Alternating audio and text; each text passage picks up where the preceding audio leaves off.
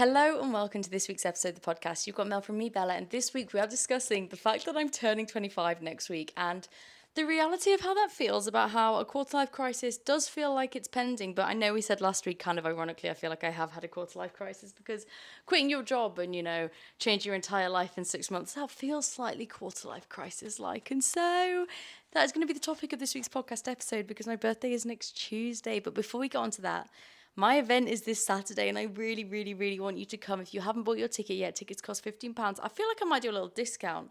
But by the time you'll listen to this, actually, no, it'll be over. So there's no point me telling you about it. Oh, I'm so excited to talk about it on the next podcast episode, though. So tune in. And if you did come, I hope you had the best time. I can't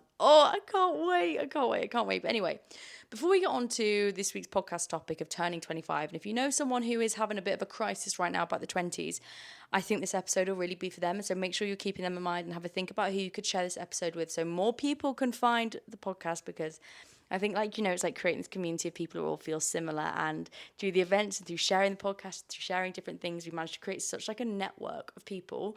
And it is so lovely to look at. And it's so lovely to be part of that. But anyway, life update for this week, guys. I've overdone myself. I don't know why I thought I needed to do this, but I decided that I needed to get a month ahead with my content in 3 days. So I think I've currently cooked, I've made a ridiculous amount of videos. And I don't know why I've put so much pressure on myself. I think it's because I go on holiday in a couple of weeks. Literally next Friday I go on holiday. It's not even a couple of weeks away anymore. And I got really in my head that I wouldn't be able to do any content when I'm out there, and I didn't want to leave people with nothing. And I thought it would probably leave me with less stress if I was kind of ultra stressed for the next 2 weeks. But I think that's also meant that I haven't really not done anything. But then flip side of it's like, how lucky am I to be able to call this and be able to be stressed by something like this? That is such a privilege, and that's something I'm so incredibly grateful for, and this is why I can't really complain about it, because I just think wow, I am so lucky to be able to even complain about the fact that I feel stressed making content. The fact that that's even a sentence coming out of my mouth feels wild, because it's something that I wanted for so long. And so although it has been a stressful week, it's been one of those weeks where I've just felt so much gratitude for being able to be stressed by things like this, because I think realising that it's not that serious, realising that everything's a little bit, it's just not that deep. It's like making a video for people to watch online. It obviously is meaningful to me and it matters, but it's not something that is ultimately life or death. Having that realisation has been weirdly important. I think it's easy sometimes to forget that these things that we're complaining about, these achievements, these things that become very mundane to us, are actually massive goals that we once had, and are things that we found so much enjoyment from, and the things that we once would have celebrated so much. And it's easy for me to sit here and just be like, I spent all of 3 hours editing 22 videos, and I have to record the podcast on my evening, and I just want to sit and chill and blah, blah, blah, blah, blah. But there have been so many points in the last 4 years where all I could have ever imagined was for this to be able to be taken seriously. And now it is being taken seriously, and I have to do more work for it. To complain about it doesn't feel right. And so, yeah. I have had a busy week. I'm working lots. I'm working lots at the cafe. I'm working lots normally. But I feel happy about it, and I feel very content, and I just feel very grateful at the moment. Very grateful for the life I'm creating. I feel grateful for the person I am, and I think this is all coming together. My life is coming together, and I think that is what I feel really happy about, and that these steps that I've taken, it's like what you're not changing, you're choosing. And for so long, I was unintentionally choosing a life that didn't serve me. And now I'm able to sit in the driver's seat, and I've chosen something. And, for a while it was a bit rocky. And now it's at this point where, everything's not perfect, but things are starting to fall into place, and I'm starting to get more comfortable with everything, and I'm understanding it more, and I'm understanding what I'm doing, and I'm feeling like I'm having more direction. That is a nice feeling. And I think one of my TikToks recently has gone a bit viral about having a wobble. And I just think we all have more wobbles than we realise. We all have these moments of where we're unsure about the person we are, the person we want to be, the person we're growing into. What are we doing? Is this the right decision? And I think those moments are completely and utterly normal. They're an everyday part of life that shows us that we're taking those first steps into the person that we become. And whenever you start walking, you have a wobble. Whenever you have a moment like that, you do have a wobble of uncertainty, of unclarity, of just feeling unsure. And so those moments where we have that feeling of just feeling about life are kind of exciting too, because I think it means that we're getting a better understanding about who we are and who we want to be. Because I think sometimes when I start asking the biggest questions, when I start really thinking about the person I am and who I want to be, and I feel the most unsure, it normally means because I'm seeing the picture most fully, most clearly, able to understand more about who I am and who I want to be. I'm just acknowledging that person entirely and seeing the gaps in my identity. Whereas in the moments where I'm kind of like fully happy, sometimes I'm like, have I stuck my head in the sand? Are we ignoring the reality of what's going on? And so I think it's easy sometimes to think these moments of negativity are the bad parts, but I actually think sometimes, weirdly, they might be the moments where you have the most growth. And so, yeah, I've been feeling a little bit burnt out, but in a very kind of fulfilled way. And I know that makes absolutely no sense, but burnout in a way of like, I've just started to think, God, don't complain so much. Like, what you wanted was this. And you have it, and you're forgetting to reap the joy, you're forgetting to celebrate, you're forgetting to think that this is really cool, because this is really cool. And I don't know, I'm just trying to have a more positive mindset. And I think it's been a lot about having that perspective shift that we spoke about earlier, like in the last couple of weeks, has really helped. But anyway, this Friday I'm going down to London and see my family, and then on Saturday it's my event. On Sunday I have the day off. I'm so excited. And then Monday I'm working. And then Tuesday it's my birthday. And this is why this week's podcast episode is all about turning 25 and everything that I have learned in the last year. And I wrote a Substack about it, and I was very emotional when I was writing Substack about it. I cannot lie. There's a little section from the Substack that I wrote. I searched 25 on Spotify. The top playlist is titled The Existential Dread of Turning 25. Instantly a smile is brought to my lips as I realise this feeling of uncertainty and shock and slight disbelief of turning 25 is not an individual experience. It's strange to think that I'm closer to 30 than 20. It's even stranger to realise I wouldn't go back to 20 if someone paid me £1,000,000,000,000, or that the only way I would go back to that age is if someone put my brain now into her brain then. I wouldn't go back if it meant going to the beginning of this chapter. I wouldn't start again. I've always said I see my life as chapters, a new one beginning each different summer. But as every classic 25-year-old, this birthday, perfectly in the middle, is making me look at the book as a whole. Turning 25 is like lying on a lilo in the middle of a calm wave pool. Whilst lying on the lilo, you realise this decade isn't the decade that the sea becomes still, but is the decade that we learn to jump in the waves. A moment of clarity and understanding before the waves start again. And I think that's kind of how this feels. Everyone says that 25 is when your brain fully develops. And I remember I did like 25 Finally Alive, about how your brain is fully developed when you're 25, and it's about your prefrontal cortex being fully developed, and so your ability to process information becomes clearer and you gain better perspective on things. I just think I'm now just realising how much I think you get a better gauge of time, because all of a sudden you've had 5 adult years, not 5 years in school, not 5 years at university, 5 adult years where you've lived your own life. And some of it was spent at uni, yes, but it wasn't at home. And I think it wasn't so predictable as when you're at school. And I think that's what makes the 20s different. All of a sudden, when you hit 25, you are 5 adult years into it. And you start to realize that your early 20s are over. And that did feel, I'm going to be honest, like I felt quite overwhelmed by that fact. The fact that I felt like I'd lost my messing around years. I felt like my early 20s were this years where I could do stuff without consequences, and I could try out as many different things as I wanted. And even though I call them my mess around years, like I literally still did my masters, still did internships, like I was still working full-time corporate, like I didn't really mess around that much, but it felt like anything I did, I had the freedom to change my mind and turn back. And I think there has to be a real internal conversation to yourself about unpacking this need to have things perfect by a certain age, because we all have this timeline of when we think we're going to be able to get things done by. You know, I really thought I would be like in my dream job at 24, probably get married at like 25, 26, buy a house at 27, 28, and have kids at like around 30. I really properly thought that until I hit 22, and I was like, I'm not getting married in a year. With what money? How would I afford said experience? Like, how is this even going to ever work? And I think this is now the thing of me being 25, thinking, I wonder if I'll get married at like 27. And if I'll even have a house at 28, 29, and like kids by 30. Like the next 5 years, I have to be able to afford a wedding, a house, and somehow have savings enough for a child and be at a point in my career where I'll be stable. Like, there are so many things that I'm thinking I have to fit in. And I just start to realize like things just happen. They happen not when you least expect it, but like They happen in a way that you can't always predict and control, and so wasting too much time worrying about this perfect timeline and worrying about whether it's going to all go perfectly isn't actually going to end up making the experience any better, any more, isn't actually going to end up giving you any more clarity, because we think having clarity and being able to predict a situation means that it's going to work out perfectly. But the reality is that to get to that point where you're able to predict it, you've probably had to live a very controlled life, a very calculated life, a very strategic life, which often means you're not able to be spontaneous. Realizing more and more about how important to me being spontaneous is, and being able to pick a life that I want and not feeling locked down into anything, and being able to choose what I want to do. Not in a way that I'm just like a yes man and don't really think about anything that happens, but in a way that is realizing that we are allowed to change our identity, we are allowed to change our idea of who we are. We don't have to always fit this mold.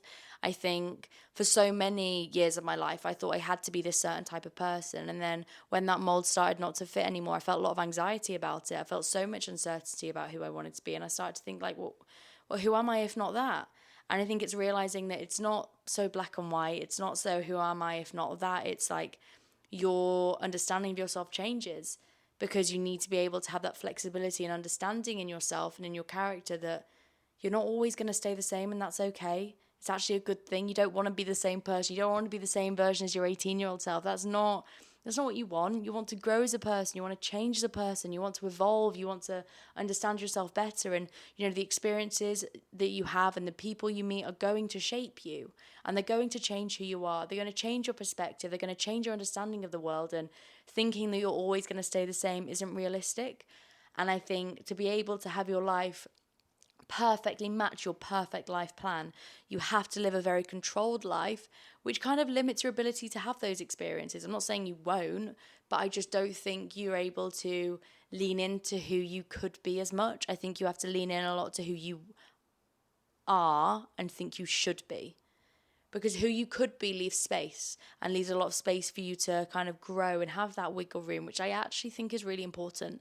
That wiggle room and that understanding about who you are allows you that flexibility to grow as a person. And I think sometimes we're scared of that space.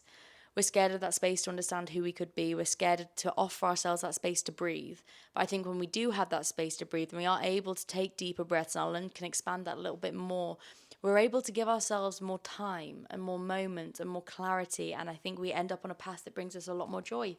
I think that's been the biggest lesson for me this last year, is that, I'm able, if I think about the 24-year-old that recorded that podcast episode, it's weird. It's so weird. Every time I record these episodes, I feel like they come around too quick. I remember literally saying this last time. It's like, it's funny to think about what my 23-year-old self said. And now I'm in my 24 and I feel like I'm finally sorted things. And I'm like, oh, baby girl, you did not have things sorted. You tried, and you were trying so hard. But I think a big thing for me this year was getting it wrong. I needed to fail. I needed to realize that just because my life made someone else happy, made my friends happy, didn't mean it had to make me happy. Didn't mean it had to be something that I enjoyed. Didn't mean it had to be something that I based my entire life on. And it's scary to say that out loud. And I think it was scary this year to face the fact that what you're not changing, you're choosing. And I was choosing a life that didn't make me happy. And the realistic side of it is that's what I was doing. I was choosing a life that didn't make me happy. And that was silly. So I think maybe the biggest lesson of this last year has been allowing myself to not focus so much on disappointing others, to not focus so much on thinking life is the end of the world, to allow myself the flexibility to work out how I could be, and to allow myself the ability to grow in who I want to be. I think this is why when I wrote part of the Substack made me emotional, and it was so silly, but it's not silly. I guess it's literally not silly. It's literally my life, but but part of it just yeah, here we go. Our 20s are hard. We are plagued with the feeling that we're running out of time, an unmatched ticking between our age and the idea of turning 30, a monotone that turns into a timer as soon as we hit 25. But I think it's taken me in my early 20s to realise that life really is getting better, that we've not lost the best years of our life. It's taken me 5 years to realise each of our life is like adding a new favourite meal to our ideal all-you-can-eat buffet. Each year brings something new to the table, not takes something away. Each year allows us to find out more about who we are and who we want to be. It allows us to question where we could want to go and the life that we want to live. and the people around us it shows us there are more dimensions to our characters and the people around us than we initially thought. Getting older used to be something I dreaded, but I now realize how much of an honor it really is. 2 days after I turn 25, my littlest sister will turn 18. The 7-year age gap between us has never felt more cosmic than this bridge right now. I think a lot about the advice I would tell her before she embarks on this next chapter. So below are 25 things I would tell my freshly 18-year-old self. Number 1, don't hold on to the idea of something when the reality couldn't be any more different. I think I spent a lot of time thinking about the person that I thought I should be and holding on to the idea of what I thought friendships should be, and I just didn't really ever, there are things in my life that I held on to, and the reality was that they didn't bring me any joy, and I shouldn't have. I should have let them go. I should have allowed myself to find joy in other things, and that was a lot about giving myself that space. I thought everything had to be pre-planned out, and that meant that I fell in love with the idea of something rather than the reality. You do always know what to do, even in the most confusing moments. I think this, if anything, is about my gut. I think I've learned so much to trust my gut. I've learned about what that gut feeling is, and I've just learned how to understand who I want to be more and more. Don't worry, I'm not going to read out 25. We're just going to go for some of the top ones. Feeling deeply means loving deeply, and you have to promise me you won't think that's a bad thing. And I think this one was because I spent so long feeling that me being so emotional and feeling things deeply was a thing I should hide, was something that was embarrassing, was something that wasn't good enough. And I now realize so much that wasn't the case. I realize that me feeling the way I feel could never be something that I need to feel embarrassed about, because it's a part of who I am. It's who I am and always will be. And I think I thought that was a bad thing, but I'm now realizing feeling deeply means loving deeply, means caring deeply, means looking after the people I love fiercely, and that's not a bad thing. I'll end with the final 3. To have a village, you have to be a villager. Show up for people. It matters more than you think. I think this is particularly important in the sense of I think we're all quite quick to cancel. We're all quite quick to think we don't need to make plans. We're all quite quick to think we don't need to show up. And, boundary setting is important, and understanding your ability to take on stuff and what can you do. But I think we've almost become too able to just cancel plans and be flaky. And sometimes people need you. Sometimes people need you to be there for them. Sometimes people need to rely on you, and that means that you might have to go to something that you don't initially want to do, but will make you happy and will bring you joy. Or might be some kind of thing where you just need to show up for someone because they need you more right now. And I think that's part of being a village. I think that's part of making plans and seeing people and being part of that village is being a villager. It's showing up for the other people. And I think that's really important. You're allowed to change your mind about who you want to be and what you want to do. You're not failing anyone, and you haven't let anyone down. As much as you might be scared to disappoint the people around you, the only thing that would really disappoint them is if you weren't happy. And the final one, number 25. You are doing good enough. You're trying your best, and that's all you can do. Surround yourself with cheerleaders and people who make you feel good. Have a job that brings you joy. Spend time trying new things and working out who you could be. In times of need, imagine your life as a film and question what would the audience be screaming. Be kind to yourself and love yourself. Take lots of deep breaths and know you can fear the fear and jump anyway. And it just made me think about the last 5 years and all the last 7 years. If I imagine the version of me heading to university, I realise how young she was. But if I think about all that the last 7 years has brought, it's brought me so much joy. I'm so incredibly lucky to have met such brilliant people, to have found friends, to have found, my family, to be able to create a life I love, and to be able to have the guts to say this isn't for me anymore. And I know within me I will leave something if it's not making me happy. And I think the confidence in myself I have now because of that is really high. And it's ironic because probably at the start of the year was the most sad I'd felt, and I wasn't getting any jobs, and it's a pretty rough time, I'm not gonna lie. And yet here I am on the flip side of it, realizing that in that hard patch where I learned so much about myself, I had to go through that to know that in me I have the ability to save myself, that I can make myself okay, that I am okay, I am safe, I can create a life I love, and that was so incredibly important. But anyway, on to the question part of this podcast quickly before my camera dies. The first question is, how do I deal with worrying about everything, even things that don't impact my life? I think this is something, there's a fly. This is something that goes as you get older. Well, I've found it's going anywhere for me as I've got older. I think I've learned to understand what I can control and what I can't control. And I think I've had to be quite honest with myself about how my brain works, and I've really tried to be that person into myself when I start worrying about something and stressing about something and spiraling and being like, is this in my control? Is this something I can actually affect? Is this something that's helpful for me to think about? Is me thinking about it helping the situation? Is it having any positive impact? I'm trying to be a bit of a realist about it. Therapy has also really helped me. You know, I had a year's worth of therapy that ended a couple of weeks, like a couple of months ago. Had that for a year. Had therapy. I've had 3 sets of therapy, so I've probably had it a total of like 2.5 years. Therapy change like helps you think like that. So I think if you can get therapy, that really helps in a way of just allows you to process things, allows you to reprogram your mind, and allows you to have a way of thinking about things because you kind of can come above your thoughts. And I found that really helpful. But I think it's also growing up, and I think it's also realizing what is in your vicinity to control. But I think growing up has really helped me. I used to worry about a lot more things. I still worry about everything, but I think I'm better able to be calmer to myself and kinder to myself. So I think that's been a good thing.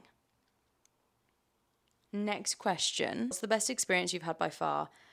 I swam with dolphins in Bali, and that made me cry underwater and I was screaming. It was insane. If you do know this, but I'm obsessed. I'm obsessed with like mainly whales. Dolphins kind of were in that though, you know. I just find them so incredible. Like as creatures, I just think they're so incredible. I just find the sea incredible, and so I would say that was one of my best experiences. I love traveling. I think it's tricky because like I think best experiences. I'm not going to include family in that because obviously there's so many special family times that I've had that have been like really lovely. But when I think about traveling, like just some of the going to festivals. Oh my god! Like last year, Dimensions was insane. I had the best time ever. Where it's after party and like the sun's rising and it's beautiful. And it's like the most beautiful colours and the DJ was playing the most like incredible set like I've ever heard. And I was just with Louis and I was like, this is, and I think at that point I was really stressed. I was really stressed. I was chronically stressed, I think. And I would just remember looking at him and being like, this is so good, and I wish I could bottle this day up so I could come back to it. Like, this day has been one of the best days of my life. I remember waking up the next day being like, nothing will top that. Nothing. Like, it was the best music and like the most beautiful surroundings. And I was just having the best time with my best friend. And I was like, oh, this is so good. I love you so much. So that was a good one. Oh, I just think I need to have different separate sections. Like I can't, it's even making me feel emotional now. I can't even think like, we're talking nature best experience, festival best experience. Do you know what? There's just too many. And I just feel very lucky to have lived a life that I find that question hard. Very grateful. Thank you for asking that. That was a nice one to think about. Next question. Not a question, but please show us how you style your hair. Oh, I'll send you a video. I've got a video that I send to people when they ask me this question. I'm not going to lie, it's a work in progress.